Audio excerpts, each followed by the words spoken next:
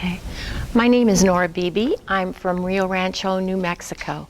I like to think of myself as a storyteller that uses fabric instead of words. I want to thank Sacred Threads right up front.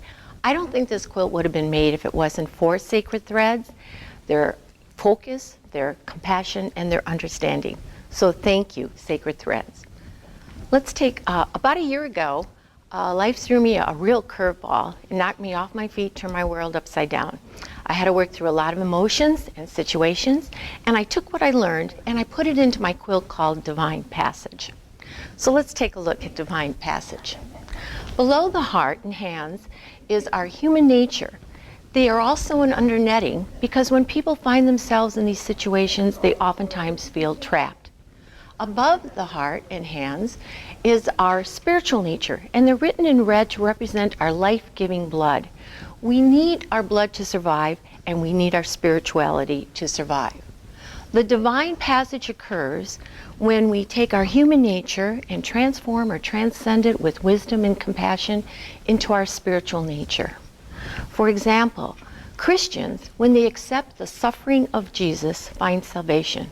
In Buddhism, there's a practice called joy in sorrow, which leads to enlightenment.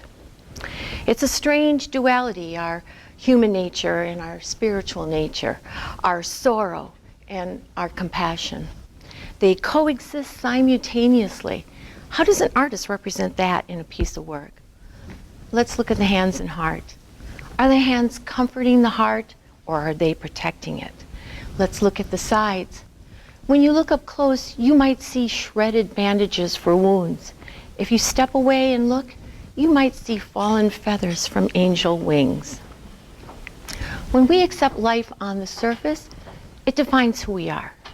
When we delve deeper and journey through the divine passage, it defines who we become.